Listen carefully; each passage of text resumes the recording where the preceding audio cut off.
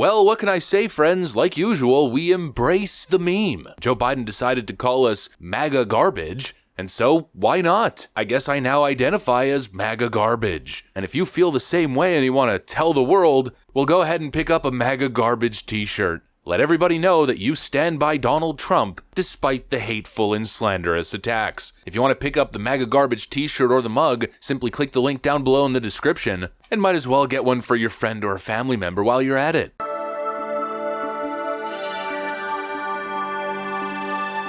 Hey guys, welcome to the Liberal Hive Mind, a channel solely focused on exposing the abundant hypocrisy of the left. Okay, so I'm really framing this election around the concept of honesty. Now I know, the left has been going on for years how they have a monopoly on honesty. They're the only ones telling the truth, and everybody that opposes their political power is constantly lying and a threat of misinformation, yada yada yada. Of course, we've heard it all before, but that of course isn't true, and that has become especially apparent in this election. This election is a choice between truth and lies, between one side that is accurately representing themselves and what they stand for and what they intend to do, and launching political criticisms on their opponents based on actual receipts and real evidence, and another side that's just making shit up. I mean, let's be totally honest here. Case in point, the Kamala HQ X account. The most deceitful, most dishonest, most corrupt account on the platform. I don't think it's even close. You know, Donald Trump's here telling you what he stands for, what he wants to do, and the other side is straight up just lying. Donald Trump said this thing that he didn't actually say. Here's a 10-second clip of JD Vance totally out of context, claiming that he's suggesting a thing that he literally isn't when you see the actual whole clip. The deception and lies coming out of the Kamala campaign have been just insane. And the closer we get to election day, it seems like they're ratcheting it up. And so the question is it going to work? Are people going to fall for it? Do people really think that Donald Trump said that thing about Puerto Ricans, like many Democrats have suggested? Tony Hinchcliffe, a comedian, makes a joke, and now Democrats attempt to attribute that quote or that sentiment to President Trump. That's a lie. Are people really going to fall for that? Now we've got this whole thing with Liz Cheney, where Donald Trump was clearly talking about warmongering politicians who don't have skin in the game. Did he express his idea in the most politically correct, eloquent manner? No, of course not. But did he say what the Kamala campaign and the media are suggesting? Absolutely not. Are people really gonna fall for it? That's the question. Honestly, I'm not so sure, and it seems even the mainstream media talking heads like Jake Tapper, I mean, you might as well call Jake Tapper a Kamala campaign surrogate, even they seem to be pumping the brakes on this nonsense. In other words, I think they might be realizing that it's just not gonna work, and that the dishonesty, the propaganda, the deception, the lies have gone too far. They might be hitting the panic button, folks. Let me show you guys exactly what I mean by that. We got some stuff to get into, so let's roll the tape.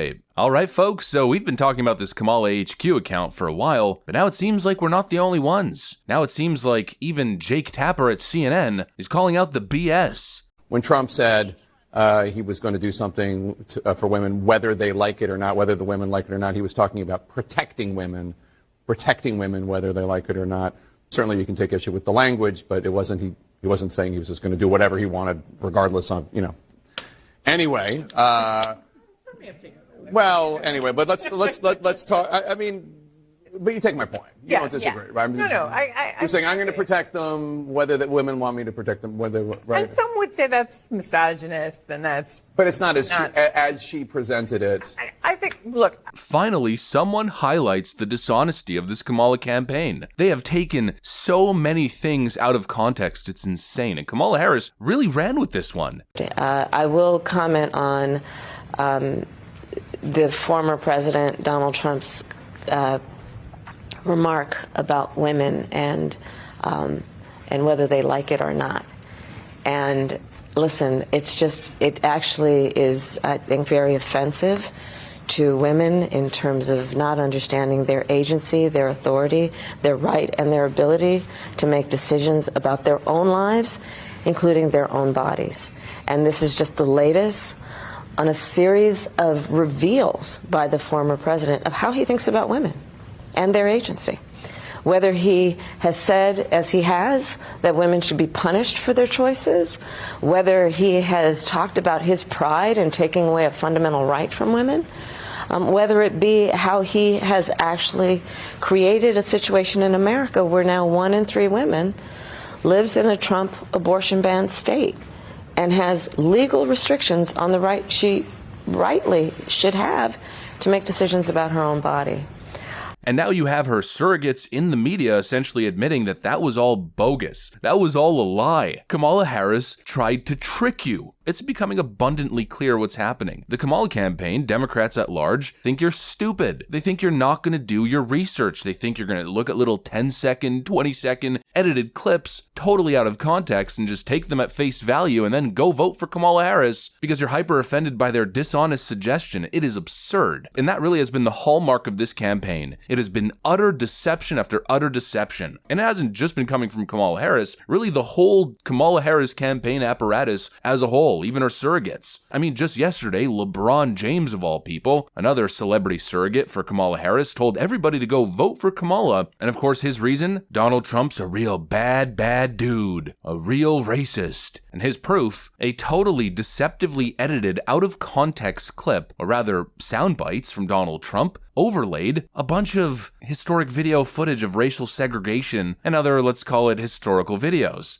You know, everything's a deception. Everything's a lie. Since the day that Donald Trump came down that golden escalator, from his supposed statements targeting Mexican people as all being RIPISTSs, murderers and drug dealers, to the very fine people on both sides hoax, to everything else we saw during his first 4 years in office, and to now this frankly rapid-fire cannon of deception that we've seen from the Kamala HQ account. I mean, just think about it. Let's truly put it into perspective. Let's go over every single lie. We'll start off with Social Security and Medicare cuts. Kamala Harris has alleged that Donald Trump intends to cut Social Security and Medicare, but the official Trump platform promises no cuts to these programs and calls for eliminating taxes on Social Security benefits. Kamala Harris has claimed that Donald Trump wants to sign a national abortion ban, but in reality, Donald Trump has said the exact opposite. She also claimed that he wants restrictions on birth control and IVF, but Donald Trump again has said the exact opposite. Her campaign also claimed that Donald Trump wants government surveillance on pregnancies. There's absolutely no evidence to support this claim. She claimed Donald Trump's platform is Project 2025, but Donald Trump has publicly disavowed the project. She accused Donald Trump of seeking uncontrolled power and intending to act as a dictator. But any claim of Donald Trump having any definitive plans of being a dictator is obviously unsubstantiated. And there's 4 years of Donald Trump being the actual president that I'd argue serves as evidence to the exact contrary. Then, of course, recently we've got her misrepresentation of Trump's comments relating to women's protection. And now, of course, we got another big lie that they're selling, or trying to sell, or rather two big lies. First, obviously, we've got the Tony Hinchcliffe lie, and secondly, we've got the Liz Cheney lie. I don't want to play the actual clip. It might not be YouTube safe, but we heard what Donald Trump said, and they're totally misrepresenting it, claiming he's calling for a firing squad. That is insane. It's totally, patently absurd. And I think a lot of Democrats know this, and I think a lot of Democrats probably know that it's not going to end up serving them. You know, sure, it's great for all the partisan cliques, and you got all the leftoids, all the leftoid bots and blue anon shills on X promoting these narratives, oh, we definitely got Donald Trump this time. But for the electorate at large, I don't think this looks good for them. And I think a lot of Democrats are really starting to realize that. I think they're realizing that they've simply gone too far with all this nonsense. I mean, just a couple weeks ago, they were saying that Donald Trump was praising Hitler based on literally no evidence at all, not to mention the other hoax, the soldier funeral hoax. All of it, one by one, ends up backfiring. Because it's too much, it's too extreme, and most importantly, it's too dishonest. Donald Trump didn't call for Liz Cheney to face a firing squad. He was making a point relating to out-of-touch warmongering politicians having no issue sending young American soldiers to die on the front lines. Meanwhile, they sit back in their cushy Washington offices, using people's lives as cannon fodder for their own sick games. And so honestly, I've been a little bit all over the place for this video, really, because it's so hard to pack all of these stories and all of these narratives in coherently into one 8 to 10 minute video. But the point that I'm trying to get to is that it's obvious that they've been incredibly deceptive and they continue to misrepresent what's actually happening. And I think it's going to backfire. I think Jake Tapper's hitting the brakes. I think he's sending a warning out there. Guys, we got to stop twisting Donald Trump's words. Every time you do it, Trump gains more supporters. People are likely to see the dishonesty and then simply move to the Trump camp more so than fall for the pathetic attempt at crafting a false narrative. And I think, of course, that builds on the Jon Stewart video that I made the other day, where he was saying, let's pump the brakes on this whole Tony Hinchcliffe Puerto Rico thing. It was a joke. You can't extrapolate it or make it something bigger than it was. It was a joke from a roast comedian. It's totally dishonest to then say that's Donald Trump's stance. And now on this Liz Cheney thing, we've got left-wing journalists essentially coming out and saying the same thing. Isaac Shore wrote this for Mediaite. No, Trump didn't call for Liz Cheney to be, quote, executed, and he finishes by saying, the accusation doesn't come anywhere close to landing given Trump's own lack of military service and Cheney's demonstrable political courage, but it's not a death threat. Donald Trump belongs nowhere near the presidency. His poor character renders him uniquely unsuited to the office, but by lying about him in an effort to keep him away from it, the media has only strengthened his position by overshadowing his sins with their own. It's not the first time and it won't be the last. And that's exactly it. I'm not going to go as far to say that Donald Trump is unfit and unsuited for office, but I do agree with the fact that the media's lies absolutely overshadow Donald Trump's sins. Is he perfect? No. Is he the greatest, most eloquent, most thoughtful speaker? No, absolutely not. But he's also not a fascist, calling to jail his political opponents and calling for a firing squad, and those journalistic sins, let's call them, frankly are much more egregious than whatever trouble Donald Trump gets himself into. This election, like I keep saying, is truth versus honesty. Are people going to side with the dishonest propagandists who lie about frickin' everything to get their candidate elected? Or are people going to decide to go on the less polished other side that's actually telling the truth? Or at least trying to as much as they can. I guess we'll have to see, but honestly, considering how many Democrats are sounding the alarm on these narratives, it wouldn't surprise me if all the dishonesty backfired and backfired